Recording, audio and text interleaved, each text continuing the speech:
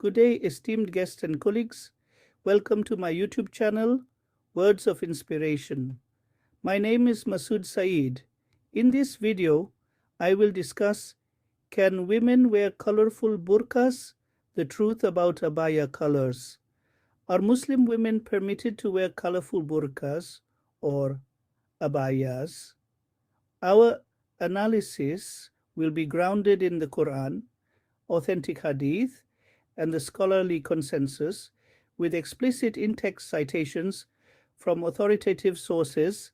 Throughout this lecture, I will present religious, historical, and scholarly perspectives, referencing the Quran, Sahih Hadith, and the works of prominent scholars such as Ibn Kathir, Imam al-Nawawi, and Sheikh Yusuf al-Qaradawi, with full citations for your reference.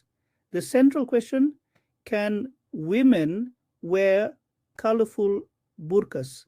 What is the truth about abaya colors according to Islamic sources? Let us begin with the Quran. According to the Quran, Surah An-Nūr, chapter 24, verse 31, Allah commands, وَقُلْ لِلْمُؤْمِنَاتِ يَغْضُضْنَ مِنْ أَبْصَارِهِنَّ وَيَحْفَظْنَ فُرُوجَهُنَّ وَلَا يُبْدِينَ زِينَتَهُنَّ إِلَّا مَا ظَهَرَ مِنْهَا, and tell the believing women to lower their gaze and guard their private parts, and not expose their adornment except that which necessarily appears thereof. Notably, this verse does not specify any particular color for women's clothing.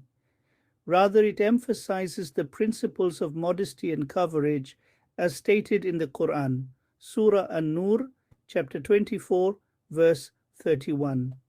Similarly, according to the Quran, Surah Al-Ahzab, chapter 33, verse 59, يا أيها النبي قل لأزواجك وبناتك ونساء المؤمنين يدنين عليهن من جلابيبهن ذلك أدنى أن يعرفن فلا يؤذين وكان الله غفورا رحيما.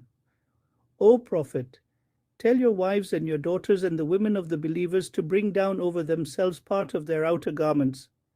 That is more suitable, that they will be recognized and not be abused. And ever is Allah forgiving and merciful. Again, the focus is on modesty, not on the color of the garment, as clarified in the Quran, Surah Al-Ahzab, chapter 33, verse 59. Turning to the hadith, in Sahih al-Bukhari, hadith 5783, it is narrated that Salama, the wife of the Prophet Muhammad, peace be upon him, said, An Salama, radiyallahu anha, zawju an-nabiyyi, sallallahu alayhi wasallam, qalat, lamma nazalat, وَلْيَدْرِبْنَ بِخُمُرِهِنَّ عَلَى جُيُوبِهِنَّ خَرَجَتْ نِسَاءُ الْأَنصَارِ كَأَنَّ عَلَى رُؤُوسِهِنَّ الْغُرَبَنُ مِنَ السَّكَنَةِ وَعَلَيْهِنَّ أَكْسِيَاتٌ سُدٌ يَلْبَسْنَهَا.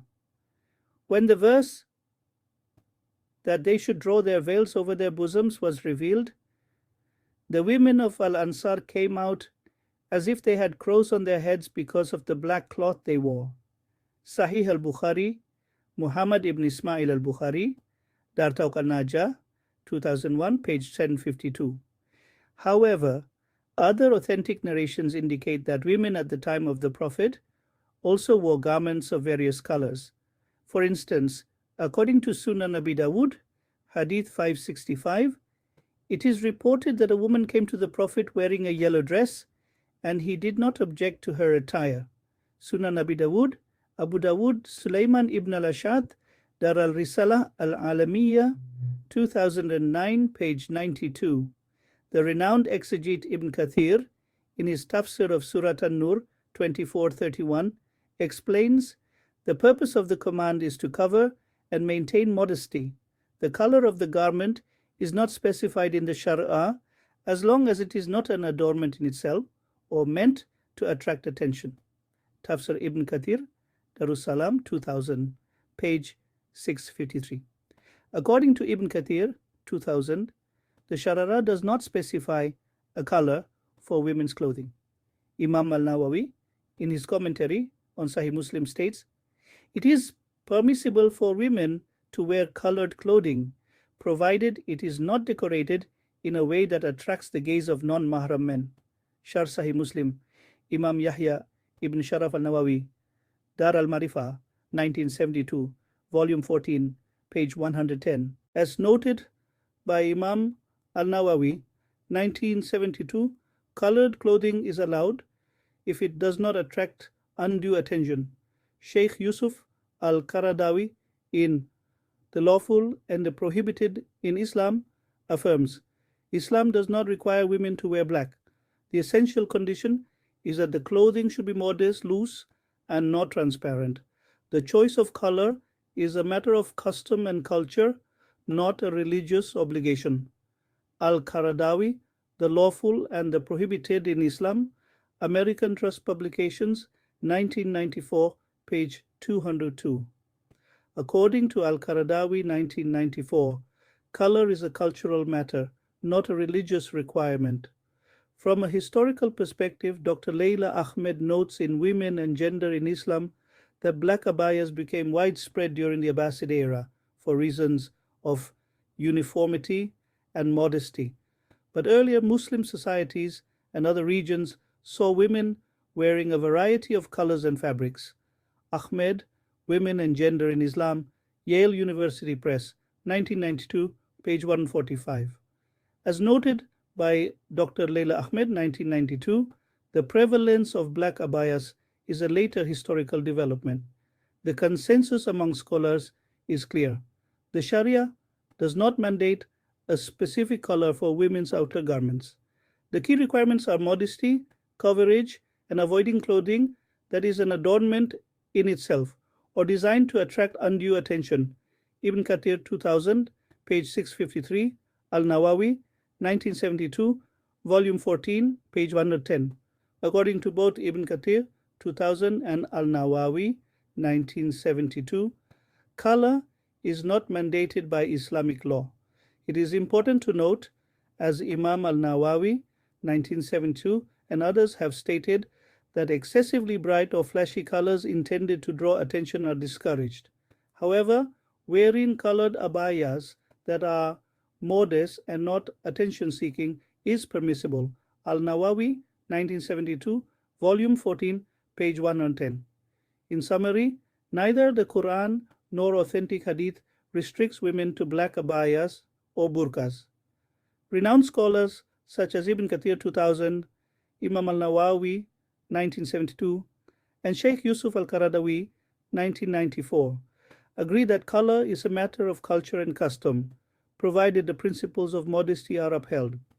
Therefore, it is permissible for women to wear colorful abayas or burkas in Islam, provided the clothing is modest, loose, and not intended to attract undue attention. This is supported by the Quran, 2431, 3359, Sahih Hadith, Sahih al-Bukhari 5783, Sunan Abu Dawud 565, and the consensus of major scholars, Ibn Kathir 2000, page 653, Al-Qaradawi 1994, page 202.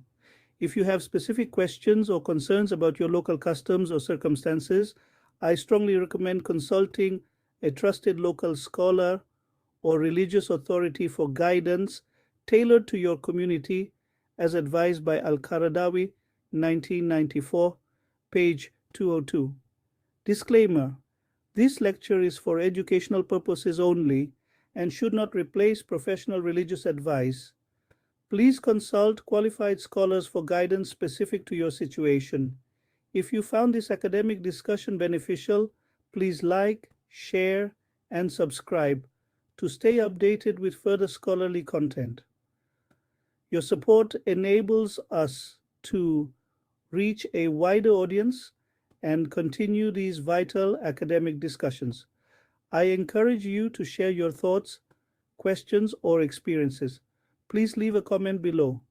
I look forward to your engagement. Your feedback and stories are invaluable in fostering a meaningful academic dialogue on these important topics. Thank you for your attention. I trust this session has been both educational and formative.